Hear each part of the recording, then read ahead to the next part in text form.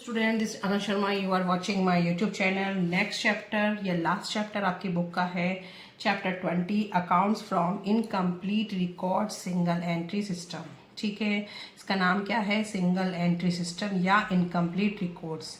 जहाँ पर आप डबल एंट्री, जो आपकी डबल एंट्री आपकी बुक का नाम है, उसके तरीके से उसके रूल्स फॉलो नहीं करेंगे तो वो सब कहाँ जाएगा? सिंगल एंट्री में। उसे बोलते हैं इनकम्प्लीट रिकॉर्ड्स, तो वो कहाँ जाएगा? सिंगल एंट्री में। ठीक है, तो इसे आप किस तरीके से डिफाइन करेंगे? मीनिंग क्या है?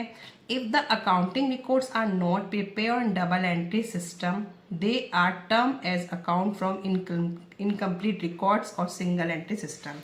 जो अकाउंटिंग रिकॉर्ड्स प्रिपेयर नहीं करते हैं डबल एंट्री के अकॉर्डिंग, उसके रूल्स प्रिंसिपल्स को फॉलो नहीं करते हैं, वो सब क्या हो जाते हैं? इनकम्प्लीट रिकॉर्ड या single entry system. In this system nor set rules for maintaining accounting are followed. ये वाला जो सिस्टम है, इसके कोई रूल्स क्या है? ये कोई रूल फॉलो नहीं करता है। Cash book and personal ledger account are maintain in this system. इसमें कैश बुक और पर्सनल लेजर अकाउंट को तो फॉलो किया जाता है, लेकिन रियल और नॉमिनल अकाउंट्स को नहीं रखा जाता है, उनको नहीं लिया जाता है। रियल में सारी असेट्स वगैरह आ जाती हैं, इसमें आपके एक्सपेंस और इनकम आ जाती है, उनको नहीं लिया जाता। क्या लिया जाता है? सिर्फ कैश बुक एंड पर्सनल को। ठीक है, तो आपको याद रखना है, इसमें कैश बुक और पर्सनल को ले जाता है, रूल्स फॉलो नहीं किए जाते हैं, तो वो सारे किस में चले जाएंगे? इनकम्प्लीट रिकॉर्ड्स में। अकॉर्डिंग टू कॉलर ने एक डेफिनेशन दी थी इसकी, ये इंपॉर्टेंट है, आप इसको एक बार लर्न कर लेना student. Single entry system is a system of book keeping in which as a rule only record of cash and of a personal account are maintain. वो कह रहा है कि सिंगल एंट्री सिस्टम एक ऐसा आपका जो सिस्टम है बुक कीपिंग का, जिसके अंदर बस रूल्स हैं किसको रिकॉर्ड करने के? कैश एंड पर्सनल अकाउंट्स को मेंटेन करने के, अदरवाइज किसी को रखने के उसमें कोई रूल्स वगैरह नहीं है। It is always incomplete double entry varying with the circumstances. इसके अंदर क्या है? हमेशा इसके अंदर हमेशा डबल एंट्री के जो भी थे इनकम्प्लीट रिकॉर्ड्स होते हैं, जो सर्कमस्टांसेस के अकॉर्डिंग चेंज होते रहते हैं। वेरिंग मीन्स चेंज होते रहते हैं। ठीक है, तो एक डेफिनेशन उसने दी है, ये आप इसको लर्न कर लेना। बहुत सिंपल लैंग्वेज में मैंने लिखी है ये। Features of single entry systems. तो फीचर्स क्या है सिंगल एंट्री सिस्टम के? फीचर्स, कैरेक्टरिस्टिक्स सब एक ही में आ जाएंगे। फर्स्ट है suitability. This system is suitable for small size business where the transaction are less. जो ये वाली एंट्री सिस्टम है, सिंगल एंट्री सिस्टम, किसके लिए ज़्यादा सुटेबल होगा? ये सुटेबल रहता है जो स्मॉल साइज बिजनेस है। ठीक है, जो छोटे सब बिजनेस स्टार्ट करते हैं उनके लिए है, क्योंकि उसके अंदर क्या होती हैं? ट्रांजैक्शन बहुत कम होती हैं, लेन देन बहुत कम होते हैं, तो वहाँ पे ये सिंगल एंट्री आपका सुटेबल होगा।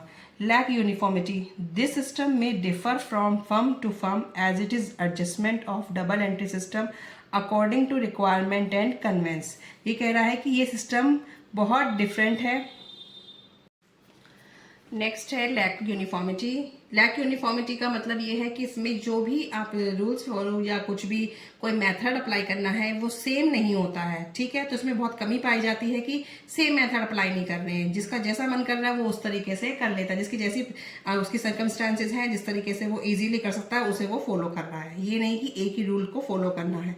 This system may differ from firm to firm as it is adjustment of double entry system according to requirement and convenience. तो ये कह रहा है कि ये सिस्टम बहुत डिफरेंट है फर्म टू फर्म। जो भी एडजस्टमेंट्स या जो भी मेथड हैं वो बिल्कुल क्या हो रहे हैं?